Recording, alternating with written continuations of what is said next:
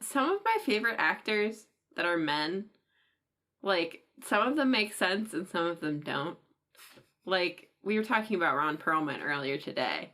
I love him. Mm-hmm. He's great. I don't know about as a person, probably, but, I mean, he's the perfect Hellboy. And also, like, Hugh Jackman is a delightful human being and does musical theater, but also plays the Wolverine and does it very well. Keanu Reeves also plays a gritty action guy, but is an absolute sweetheart. Who loves his motorcycles. And then there's Tim Curry. An absolute weirdo. And sexual icon. Yeah. Just absolutely amazing. Like, I don't know what it is about those actors. Like, where does the Venn diagram cross between all of them? But sorry, you want an actor that's both Ron Perlman and Tim Curry? Yes. Where can I find this mythical beast? Who would that be? Show starts in 3, 2, 1.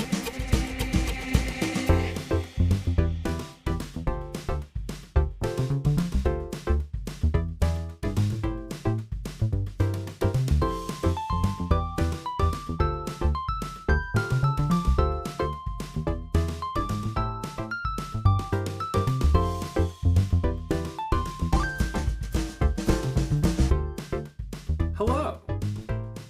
Hi. Welcome to the podcast. I am your host, Jacob Salisbury, for this episode. I'm your co-host, Emily Salisbury. How's it going? How is it going? What's been going on in our lives? I'll tell you what's been bothering me is our horrible infestation of fruit flies. Oh, yeah. They're everywhere. So, apparently one of the things that nobody tells you about moving to the Willamette Valley in Oregon is that because there is a robust harvest season for all of the wineries in the area, there's a resulting abundance of fruit flies that occurs in everyone's home at the end of that season. I don't know why, and I don't know if somebody's confirmed that those things correlate. It just seems to make sense. I think it also is because it happened around Halloween, and we brought the pumpkins in, and then the jack-o'-lanterns start to go bad, and that attracts more. See, I feel like the flies started before Halloween. They did, but they got definitely noticeably worse once the pumpkins started to go. That's true. Because they had a breeding ground. Yeah. That was not a consequence that I had considered when we carved pumpkins. Maybe we just paint them next year. But I like it. I know. Not the flies, but the carving. I know that's the problem, is that it really hinders the ability to, like, get pumpkin seeds if you can't carve them. But I also don't want flies in my house. I feel like the trade-off is not worth it for me. But if any of you are dealing with fruit flies... Here's what you do. You identify the place that the fruit flies are the most aggressive. And you get a small bowl, and you put apple cider vinegar in it. Enough to, like, leave a little bit of space for the rim. Because what the flies are going to do is they're going to say, that's stinky. I want to be in that. And then they're going to go on the rim and they're going to, like, slowly, like, tease the apple cider vinegar until they finally go into it. But here's the catch. You have to put soap, ideally Dawn dish soap, in the apple cider vinegar so that the flies get coated in it and they can't escape. Yeah. You gotta give it a little stir. Because the thing about these flies is that they go and they lay their nasty little eggs in your sink drain. And then those eggs hatch and turn into flies, which can get wet. The flies can get wet. So normal water or normal liquids don't really do a lot to them. But if you put these traps out, they'll go in there and they'll drown. And then you'll have less flies. But then there'll be more flies because they laid their eggs in the drain already because they're fruit flies. And that's why scientists use them to test things because they reproduce so quickly. They're so good at it. It's disgusting. It's also why a long time ago we thought that meat turned into flies. Yeah, it's true. Because they just came out of places. But, yeah. Apple cider vinegar and soap. Yep. Well, that's the episode. Thanks for joining us on Pest Control. Mm-hmm. Oh, wait, this is a film podcast. Oh well. Oops. All right. Do you want to know what we're watching today? Yes. We are watching The Point. Never heard of it. Oh, well.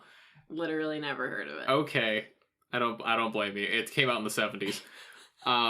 But I want to give you some context for it. I tell you why I'm bringing it. Why am I bringing this random movie you've never seen or heard of? Mm-hmm. And why do I love it so dang much? Yeah. The closest thing I could equate this movie to is, do you know the Beatles' Yellow Submarine movie? Yes. It's kind of like that, but I like this better. Am I thinking of Yellow Submarine or Sgt. Pepper's? I think I'm thinking of Sgt. Pepper's. Shout out to Katie Troy for showing that to me. But to compare it with Yellow Submarine was made by a large team of 200 artists and was released in theaters. The Point was basically made by one guy. Oh. And designed for TV, the small screen. Okay. Both of them have vivid colors set to music. Another difference is the Beatles didn't have a lot to do with the movie Yellow Submarine. Yeah. As far as like production. Harry Nilsson is the musical artist that wrote the album The Point, and this is basically his brainchild. This is like what I think of when I think of his music. The album came out in 1970. The movie came out on television in 1971. They were made like in tandem with one another. Okay. So like they're married in this project. Harry Nilsson pitched the idea to an ABC executive by snagging a seat next to him on an airplane. Nice. Classic. And it worked. Nice. I did some research on him just to give you a few like points of like where he is in history and who he is and who he's acquainted with. He's dubbed the American Beatle, in quotes. He was acquaintances with other well-known musicians like the Monkees, if you've heard of them. Yeah. In an interview with John Lennon, they asked him who his favorite U.S. musician was, and his answer was Harry Nilsson. Okay. And I think you'll see why. It's very similar era music.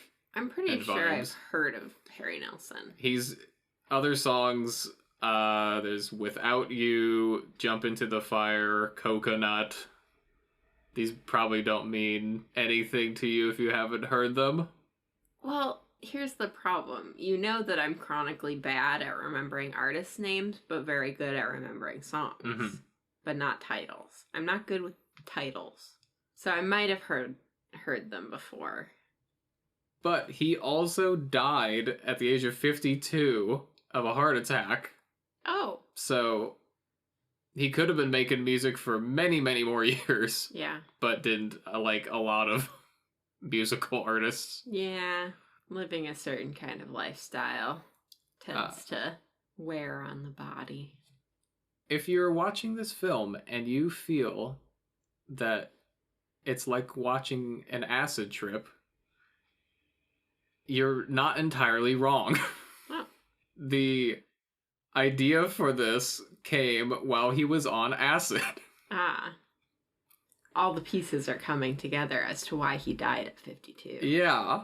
And I will share with you a quote from Harry Nilsson about this film idea. He said, these are his words, "I was on acid." And I looked at the trees and I realized that they all came to points. And the little branches came to points. And the houses came to points. And I thought, oh, everything has a point. And if it doesn't, then there's no point. That's both the most profound thing that I've ever heard and also the least. Yeah. So, from that idea, he wrote a fable about points. Huh. And that's what this movie is. Okay. In a world full of points, there's a boy that's bored, his name's Oblio, who doesn't have one. Oh. And so his journey is trying to find his point. Okay. And the point of everything, both literally and figuratively. And I love it. Interesting. I bring this because I used to watch this all the time at my grandparents' house because I think they probably saw it. So we had it on VHS, which is probably the quality of what it looked like when it aired on TV. And I'm so excited to watch it now because I now have a Blu-ray version that they released for the 50-year anniversary. Mm-hmm. I can't wait to see how good this looks. Yeah. I'm also bringing it because the music album is legitimately probably one of my favorite albums. Oh. I think it's just a really, really good, well thought out. Despite the acid trip that inspired it, it's so good. Sorry, if you don't think most of the music artists from the 70s were on drugs when they were making music, you're right. You don't understand the context of the 70s. Also, looking back on it now, this was probably a stepping stone movie for me wanting to become an animator without realizing it. Oh. It's such a lovely style, and it's all hand-drawn. Mm-hmm. And, everything is physical. And the more I learned about the behind the scenes of this movie, the more I love it. So we've talked a lot about Harry Nelson. Mm-hmm. He's the music guy. Yeah. He's behind the audio, which is, half of filmmaking. Yeah. I want to talk about Fred Wolf now. Uh-huh. My hero. Oh. He is the director for this film, and he's the main animator. I think there might have been an assistant animator at some point, but it's basically just him. So Fred Wolf won an Oscar for his animated short film, The Box. He's worked on, as a producer, on a lot of different stuff, like DuckTales, TMNT, Alvin and the Chipmunks. Yeah. He's currently 91 years old. Oh. So he's still out there. Yeah. I don't know if he's looking for podcasts on the point, but... He's getting one. He's getting one anyway. Thanks. Thanks, Fred. Normally, on a 2D production, you have a pretty good amount of time. You have a team, and then you do certain stages of the animation. You do your pencil test. Mm-hmm. You see if that looks good, and then you move ahead to inking, and you see if that looks good, and then you go ahead to color, and you color that in. And back then, when it's on physical cells, you do the inking on the front and the color on the back, so that when you lay it down on the background, it looks nice. Yeah. It's a whole process. Mm-hmm. We don't have time for that on this production. This had a minuscule budget. I don't know exactly what the budget was. And they had about 8 months to produce this film. Holy cow. And Wolf basically hand animated 74 minutes of the film. What? That's about 28,000 individually drawn frames. Oh my gosh. The carpal tunnel of it all. He made it from a Malibu beach house rental. Of course he did. Because if you're going to go into a fugue state working on an animated film, you gotta be somewhere nice. Yeah, do it from the beach. There were no pencil tests. He went straight to ink and color. Because you don't have time. No. What? The madness he must have went through, the toil and the love, and it turned out so good. I love this film. I love the visuals of this film. It's so colorful and so vibrant and wild, but also very sweet and has a really good core to it. I'm amazed he's still alive after going through that. There's just some people out there that are stronger and better than the rest of us. Fred is built better than all of us. He's built different. And I'm a big enough person to admit that. Mm-hmm. I don't think I could do that. But yeah, I think that's all the context I'm going to give you. All right, let's go watch this movie. Let's go. And we'll see you after the break. See ya.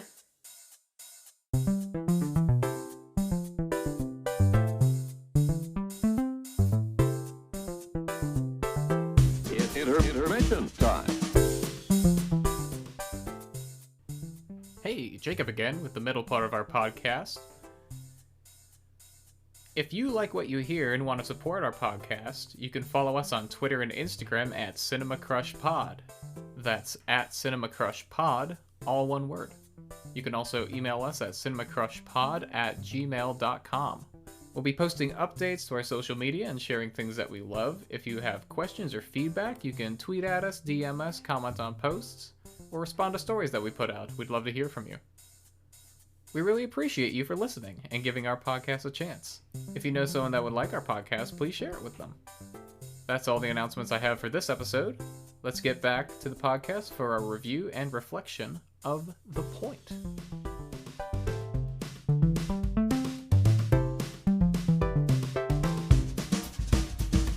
And now, on with the show.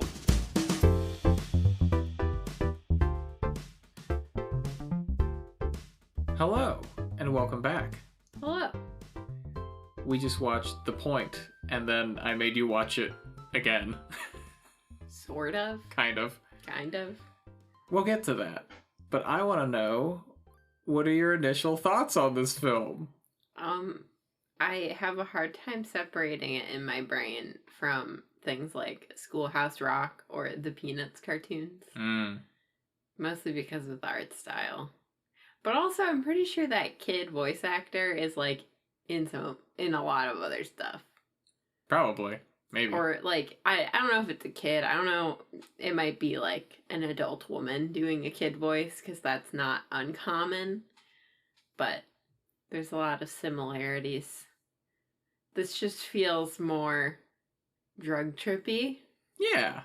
More like if you tried to make a dream into a movie. Yeah. Which is basically what happened. Speaking of voices, you caught onto this the second time I showed you this film. There are actually different versions of this film with different narrators. That's so weird. And I want to kind of go chronologically of who they are. When the original Point first aired on TV, the original narrator was Dustin Hoffman. Oh. Okay. Who apparently was a friend of Nilsson's. Oh, yeah, I guess that makes sense. They only got the rights to use his voice for the one-time airing. Oh. Interesting. So whenever they re-aired it, they had to redub the narrator with someone else. The second narrator was Alan Barsman, who I don't know who that is. Never heard of him. Which didn't stick. The third narrator was Alan Thicke. Mm-hmm. Who I don't know exactly what he's in either. I've heard of him though. But that's one of the versions that I showed you, is the Alan Thicke narration one. And then the fourth and final narrator, the one that I grew up hearing, the one that is on all of the DVD and VHS and like home releases, and probably the one that most people are familiar with, is the Ringo Starr version. Ringo Starr of the Beatles, of course. Which I think is fitting, given Nilsson's somewhat affiliation with the Beatles. Yeah, I mean, that made the most sense to me, so that's why it's surprising to me that that wasn't the first one. It makes sense for Ringo Starr to be attached to a project like this as a musician himself. I don't know who my favorite is. I think nostalgically, I like the Ringo Starr one best. Mm-hmm. Just because I'm used to the delivery. But you hadn't seen this, so I don't know what you like. I mean, Alan Thicke was the best narrator out of all of them. But Ringo Starr is voice acting not only as the narrator, but also as, like, the father of this child, a la the Princess Bride opening, where it's the grandfather telling a story to the kid. This is the father telling a story to a kid. And this father and son duo just simply hate each other in the Ringo Starr dub. Yeah, the delivery really puts the whole thing in a different light. It's weird. Like, it's a whole different movie. Yeah. Well, and it's interesting, too. A lot of the voice acting in the movie is kind of weird. Like, the only one that really that makes sense to me is Oblio.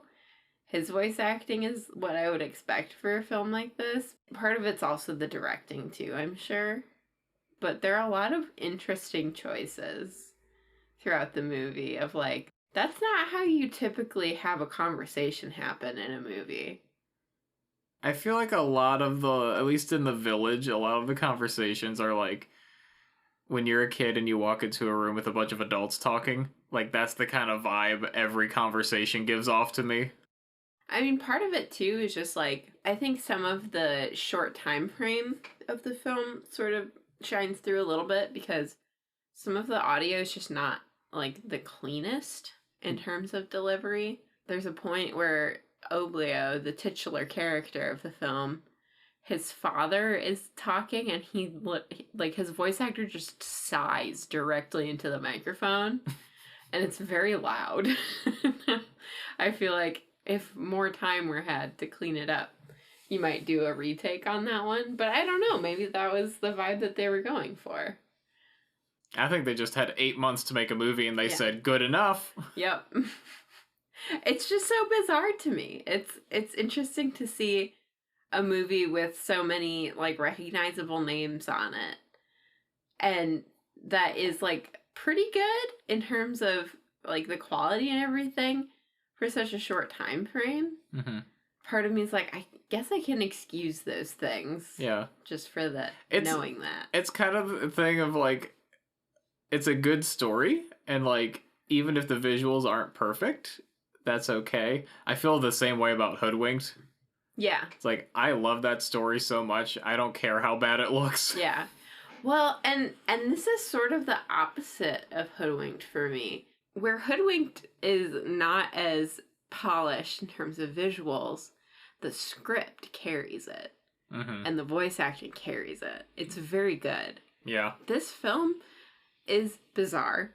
I feel like the music carries this film and the story. Yes, definitely. But everything else is like, this was a rush job and you did the best you absolutely could have. It's a movie. It's one of those movies, and I mean this in, like, a positive, loving way. It's a movie where stuff happens. And there's a character, and he does things. And there's no real, like, character development. I mean, there sort of is, but it's not for the main character, necessarily. It's a kind of a hard movie to, like, summarize in a way that represents it fully. It's kind of a film you have to experience. Yeah. It really, I feel like the fact that it was born from an acid trip really shows. Especially when Oblio and his dog just find a really deep hole. And that's one of the things that causes him to have a revelation about life. It's just this really deep hole. He's just like, wow, it's so deep. And then and he has so many experiences. It's great. I love it. But you know what I didn't love? What? This Blu-ray. Yeah, it sucked. So I was so excited before our intermission because I bought the 50th anniversary Blu-ray, hoping this would be the pinnacle. This is going to be the best this film has ever looked. The apex, you might say? Yes. It's not. This is one of the worst restorations I've ever seen. Back when we were reviewing the original Dune movie, I also got a really nice copy. The 4K restoration by Criterion Collection. And they did such a good job with that one. Like, I've never seen that film look better. Yeah. This is total opposite. And I was doing some research into film restoration and this particular film restoration because I thought it was really interesting, like, why it looked the way it did. Because when we put it in, there's a lot of grain on the footage and a lot of, like, scratches, which I didn't remember seeing all of that when I used to watch it on VHS as a kid and DVD. So the process of restoring old films like this is you have to have the original negative for one. So here's problem number one. Nobody knows where the original negative of this is. Yeah, that would cause problems. So I'm sure it's in somebody's basement somewhere. That's problem number one. What they ended up doing, or I guess I should say, for the normal process, you would take the negative and you would do a really high quality scan and clean it up. And usually when they scan these things, they scan it at like the highest possible resolution they can, like 8K and above, so that for future restorations they have that a new digital like base to do that with. Yeah. Can't do that with this one. Mm. What they ended up doing is they found the 16 millimeter copy that this lady had. And used that. So you're doing a restoration on a copy of a copy. Yeah. Basically. Yeah, like trying to do a restoration from a VHS tape. Yeah, I mean a little better than that, but like I've never heard of anyone trying to do that. Yeah. And I've never seen it go this poorly. And there's a couple different ways that restorations can go. Usually the goal is one of two things. Either you clean it up and you make it the best and polished and shiniest it can possibly be, or two, you restore it and upscale it for modern viewers, but you keep the elements that were there as part of the original. So like for like old 1920s black and white films, you're not going to take out every single scratch on the film.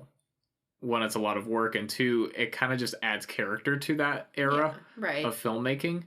Yeah. And like some of those scratches are historical. Right. And you don't want to mess with those. It's like restoring a painting. Right. If there's flaws, you don't want to remove the flaws that have character. Right. But there was so much grain in this Blu-ray version that it was distracting me. And the lines on the drawings were so fuzzy that it washed out so much detail. It wasn't at all like I remembered. I don't think I've seen a more destructive restoration than when Disney did the Blu-ray for Cinderella. Yeah. That one also washed out a lot of detail. Yeah. The 4K one I hear is pretty good though. Yes. Yeah, I think they heard people's cries of, why did you do this to Cinderella? And they fixed it. So I'm very disappointed in this copy, except the one saving grace that the Blu-ray has, if you're a collector and you're looking for this item, the special features, there's so many. There's so much behind the scenes on this, and I love that. Yeah, you can listen to Fred Wolf speak in monotone about all of the things that happened with the production. I love him, but he's such a bad interview subject. Yeah, he's an animator for a reason. I mean, it was entertaining. My guys, for like interview prep, you gotta get them pumped up about this or something. Yeah, not staring blankly into space. But it was really interesting to hear him talk about it because we watched that one. And they animated this linearly from beginning to end, which is bananas. Almost never done. Yeah. Again, I think it's the time constraint, and they were writing the album as they were animating it. Right. So, like, they're writing the story. Harry Nilsson will go and do a demo. He writes the song, lays down the track, and then gives that to the production team. And then while they're working on that part of the film, he goes and writes the next song. It's a wild, crazy project, and I love it. It stresses me out to think about it. But I also, I know that pressure cooker of a creative project. It's just I haven't done that since college. Yeah, but, I feel like those are the situations where your creativity really can shine out. Yeah. And I think that's the case with this, is that they really wanted to do it. And they knew they only had so much budget, so they made absolutely the most they possibly could out of every second. Yeah. And every drawing. They reuse a lot of frames. They really intentionally use color. They don't do pencil tests. They did not do pencil tests. Straight to ink and color. This man went, we didn't have time for pencil tests. And I would die. I mean, like, it's not as if it doesn't show, but that's kind of the charm of it. It's like, if you're gonna have inconsistent character designs and wibbly wobbly lines and everything, you might as well just go for it, you know? Like, embrace that in the art style. I feel like the Schoolhouse Rock thing, I feel like that's part of the similarity to me, because Schoolhouse Rock is like an animated TV show, obviously slightly higher quality than this because they had more time, but the style and the way that the line work is very kinetic and just very interesting to look at. But, you know, you also have, like I said, a lot of that recycling of frames as characters are having conversations. You're not animating every single word specifically. You're using the closest mouth shape or using weird angles on characters. Yeah. Well, the other thing, too, is, like, there's normally not that many characters on screen. There's a few exceptions. Yeah. But it's usually just Oblio, Arrow, and, like, one other person talking. Well, and if there are a lot of characters on screen, they're highly simplified. And, like, you do a background or a couple backgrounds for a scene, and then, like, that's it. You don't have to redraw those. Mm-hmm. And you just put the cells on top. And it all works out pretty good. Yeah. Can we talk about the moral of this story? You mean the point? Well. The point of the point? I mean, I guess. What is the point of the point? Well, everything and everyone has a point, even if they don't have one. Or if they have too many points, they might as well not have a point at all. Exactly. Now you're getting the point. Am I? I don't know. Yeah, man. I don't know if I am. I was too distracted by, like, the blatant racism. But the bad guy does it, so we know that it's not okay. He's purple. Purple is evil. There's only 2 purple characters, and they're all evil. Yeah, they both have maniacal eyebrows and big teeth, and they try to kick Oblio out, and they succeed because of the law. Yeah. Because the law says that you can't be in the village without a point. And the king is a terrible king. The king is so bad at being a king. He is just hapless bystander. I would like to convey to you just how evil the main villain is, the Count. They describe him as, quite frankly, not the friendliest guy. Wow. So evil. So bad. But he also, most of my notes are just me transcribing my favorite little quotes from the movie. Please give me your top favorite quotes. Okay, so Purple Guy, my favorite things that he says, he calls Oblio that vile little round person. That's what we should call our cat. He calls his very own son, his flesh and blood, a contemptible little twerp. And he speaks like a Shakespearean villain. And he's, like, verbally abusive to everyone. He's terrible. In contrast, the king is a decent and ordinary man. There's also, I think my favorite quote of the whole movie is, "It's me, the Rock Man." Yeah, when Oblio meets the Rock Man. What's your name? It's me, the Rock Man. Like, he should know. There's also one point where Oblio is talking to somebody, and he goes, "I really don't understand this." And in just the most cheerful way. I'm pretty sure he's talking to this, like, tree guy who's obsessed No, with it's during the dancing ladies. Oh, yes, that's right. Okay. So come with me on this journey. Oblio has just seen a really big hole that had ghosts in it, I think. And so he's kind of reeling from that. And then his dog hears singing and goes to find the source of the singing. And they find, I wrote down Big Booba Balloon Babes. Yeah, that's about right. They're just big round ladies, and they're pink, and they have big ol' tig ol' bitties. And Oblio's just watching him dance around, and he just goes, I really don't understand this, which is the greatest scene in the whole movie. But also there's this tree guy who owns a leaf manufacturing pyramid scheme, and he calls Oblio, you pathetic nincompeep. You heard me. Another thing we can call our cat. Not nincompoop. Nincompeep. Which is my new favorite word. It's like a nincompoop, but smaller. I love the English language.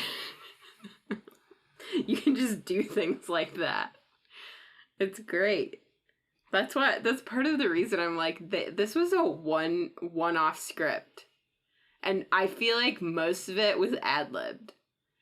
Because there's so many lines in this movie where characters are talking and then another character will fully interrupt the other character and we never get to know what that person was going to say.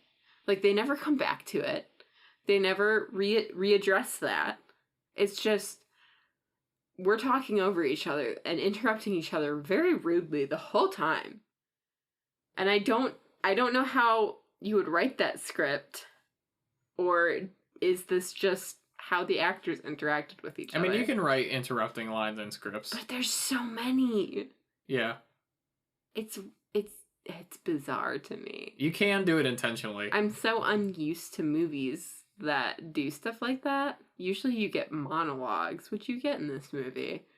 But there's a lot of interruption. It's a healthy mixture, I feel. Yeah. Are there any other good quotes? Let's see. Make a calendar with all these quotes. Yeah, I know. Very inspirational. That's what I'm gonna make you for Christmas. I'll make you a point calendar with all of your favorite quotes. There was a line where they were talking about, so the evil guy brings Oblio to court because his existence is against the law, as I mentioned before. And there's a line that the narrator says that I didn't get the whole thing, but there's just, no matter how wrong he may have been, ethically and spiritually.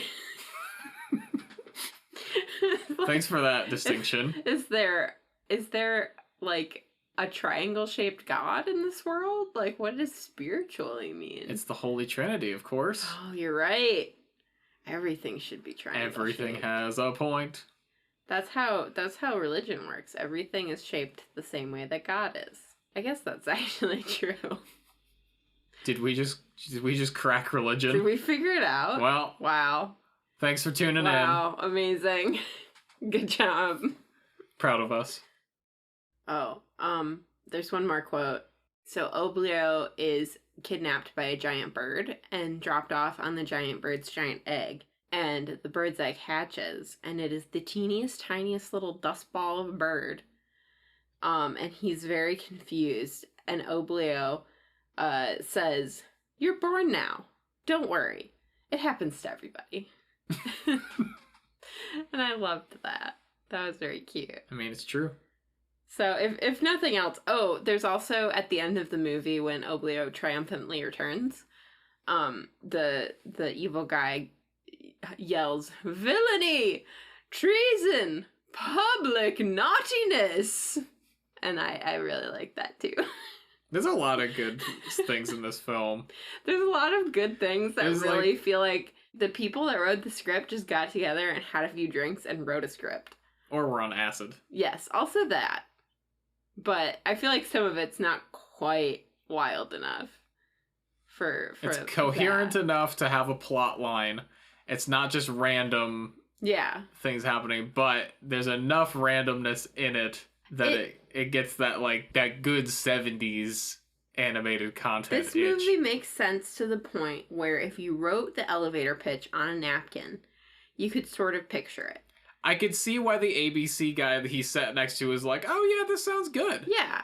You know, it's a society where everybody is one way. And it'll be accompanied by a musical album from a well-known artist. Right. This is ABC ate this up. Yeah, they were like, "Oh yeah, absolutely. That sounds like a great, children's movie, fable." To that point, I want to talk about this movie as a formative thing in your life. Mm-hmm. Because you mentioned watching it a lot. Yeah. And I definitely, absolutely understand the magic of watching a movie at your grandmother's house, because grandmothers always have the weirdest, most random thrift store movies that you just become so attached to. But there's something about this movie that just makes sense that you would have been obsessed with it as a kid, and I don't know what My whole it is. family loves this movie. Yeah, I know, and it makes sense, but I don't know why. It makes sense in the same way that your family's obsession with Willow makes sense. Yeah. And, like, I can't put my finger on it, but it just does. It's a classic. It's got that classic feel. I would say cult classic. Yeah. So where a Rankin Bass holiday film like Rudolph the Red-Nosed Reindeer is a classic, The Life and Adventures of Santa Claus is a cult classic.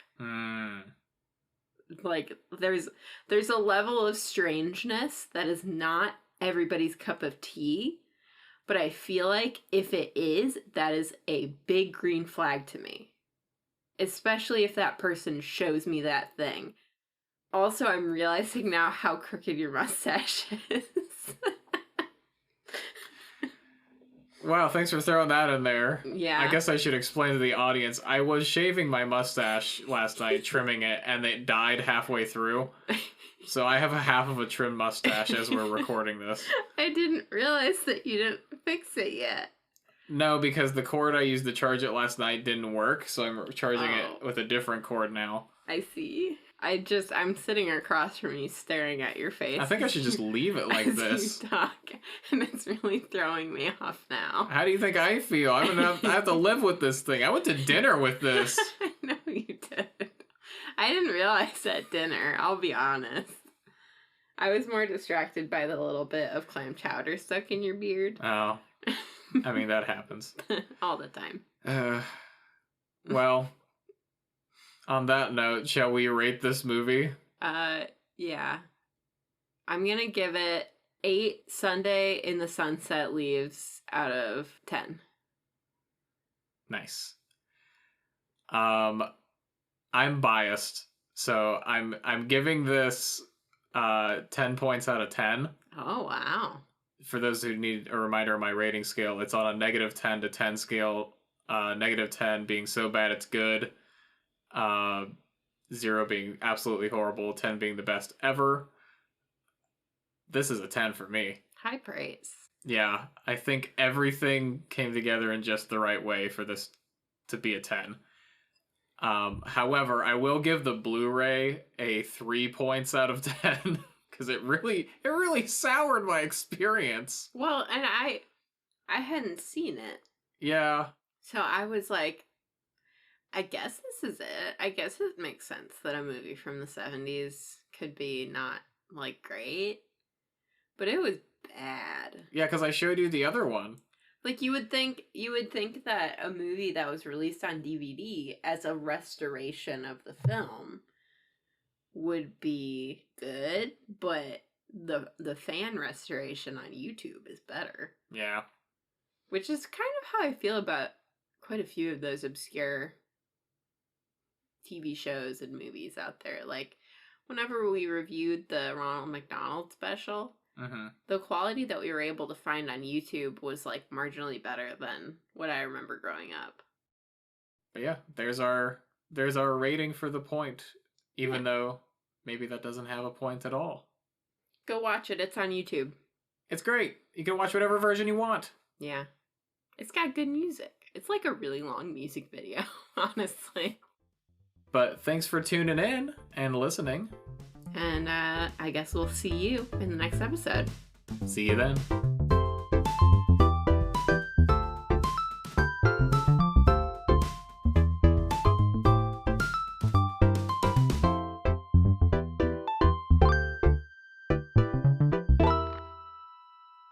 Thanks again for dropping in, and we hope you've enjoyed the evening as much as we've enjoyed having you here. Till next time, please drive carefully, and good night now.